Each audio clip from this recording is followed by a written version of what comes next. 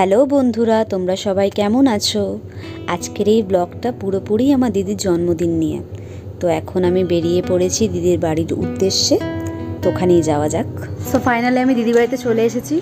এবার দেখি দিদি রেডি হয়েছে কি না। ঠিক আছে, দিদি রেডি হলে তারপরে জ্যাম্বু ফোন করবে। জ্যাম্বু কোথায় ডাকবে সেটা আমি জানি না, আমি নিজেও জানি না।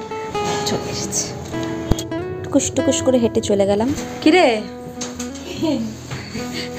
এই যে বার্থডে গার্ল জেনি আজকে এই ড্রেসটা পরবে।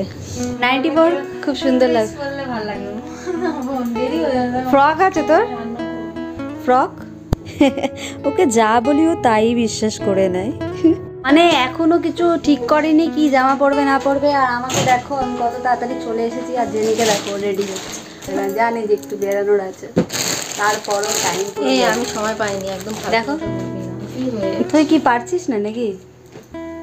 আর আমার কাছে আস, আমি তো কিছুই পারি না।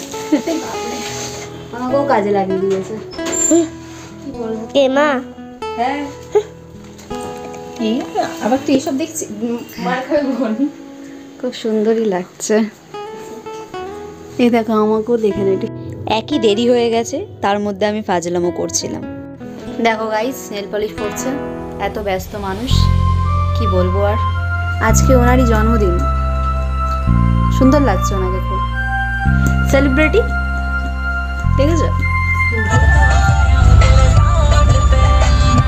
কত জ্যাম। এখন এই গাড়ি ছাড়লো সবে, আর জেনি ওইদিকে ঘুমিয়ে পড়েছে। দেখো গাইস, এবার দেখা যাচ্ছে না তো সোনা, ঘুমিয়ে পড়েছে জেনি, দেখেছ?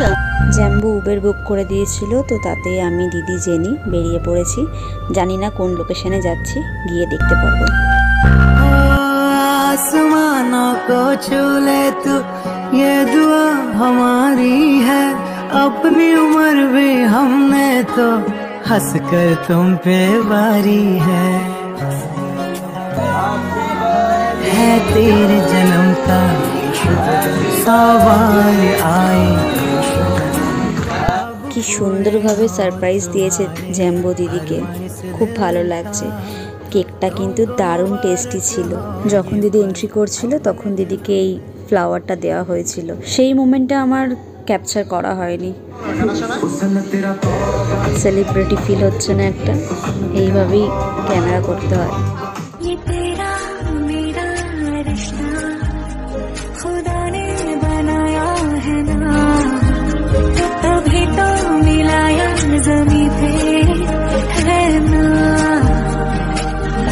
কেক কাটিং এর পর জমে গেছিল আমাদের গানের আসর, তোমরাও একটু শোনো।